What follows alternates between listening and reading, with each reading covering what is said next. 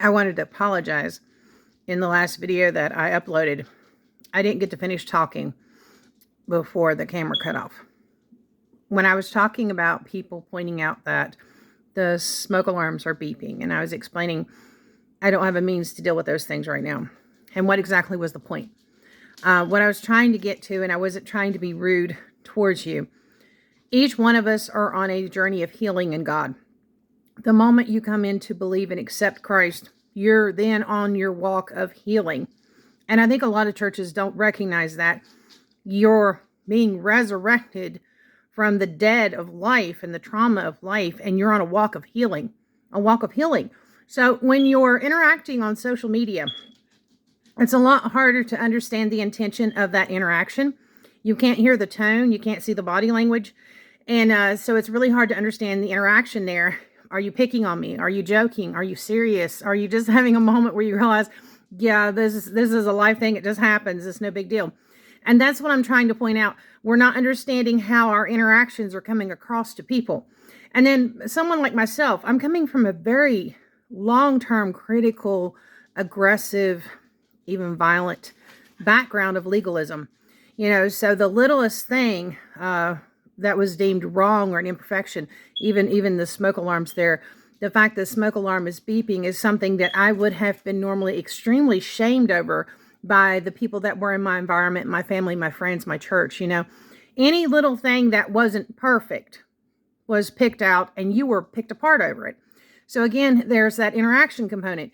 We don't understand where people are coming from and what they're posting and sharing. If they're not sharing it and saying this is a professional promoter's page, I'm promoting some product or something, I'm not promoting a product, okay? I keep trying to share the process of healing when you're coming out of a very legalistic cult society. I'm trying to grow and even grow in my own healing after almost 40 years of living in one faith, and how much they robbed me of my personal identity and who I am. And I have a hard time even saying I have favorites in anything, because I learned to accept everybody else's favorite, their idea, their preferences, as that's the only thing you're allowed to have, So I wasn't trying to be rude toward them who made a few comments on the videos. I was trying to point out the fact that the interactions there are needed. There's a need to connect. But I don't think we're understanding one another in that everyone is on a healing journey. Those interactions, especially on media, are very limited as to what you can receive when it comes to body language and tone. So it would be very easy to read negative into it. And I'm coming from a critical negative background. So my first inclination would be take it negatively, and that's where I need to work on me. So I didn't want to come across like I was trying to tear you down. I don't mean it like that at all. And sometimes I don't present things well. So I do apologize if I in any way came across as just trying to tear somebody else down. I didn't explain it well. And then the video cut off before I finished talking anyways. I appreciate the interaction. No matter what the comment is, like you keep repeating, what did you expect? Write it down. Yes, I keep repeating. God even repeated in the word several times because the information being conveyed wasn't being received. So he had to keep repeating.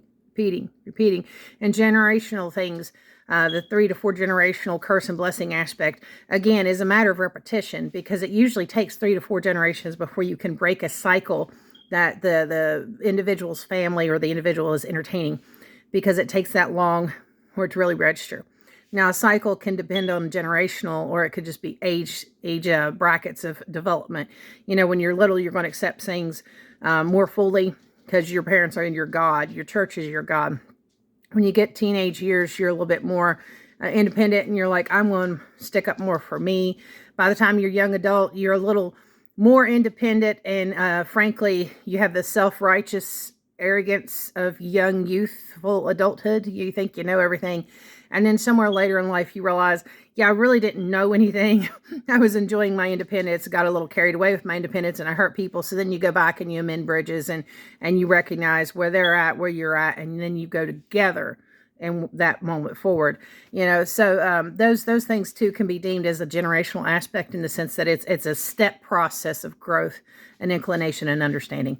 But I wasn't trying to be rude to them who left comments. I actually appreciate them. I reflect on them and consider how and what they might be meaning in that comment. How could it be positive? How could it be negative? You know, is there an underlining point? Trying to understand more the individual and that relationship in my scope of things when it comes to the social media things I do, you know. So I wasn't trying to be hurtful. So if in any way I hurt you, I do apologize. That's where I need to work on my presentation and understanding and so forth, so on. That's a me problem. I am working on me every day. And I hope and pray all of us are working on ourselves every day, because we can always be better, do better, present better, be better in every way. And I'm sorry about the huffy dog in the background. He's mad about something, and he always gets huffy, and he sounds like a drug addict's in the room, and it's just a dog. But I will talk to you guys later, and I appreciate the interaction. So take care.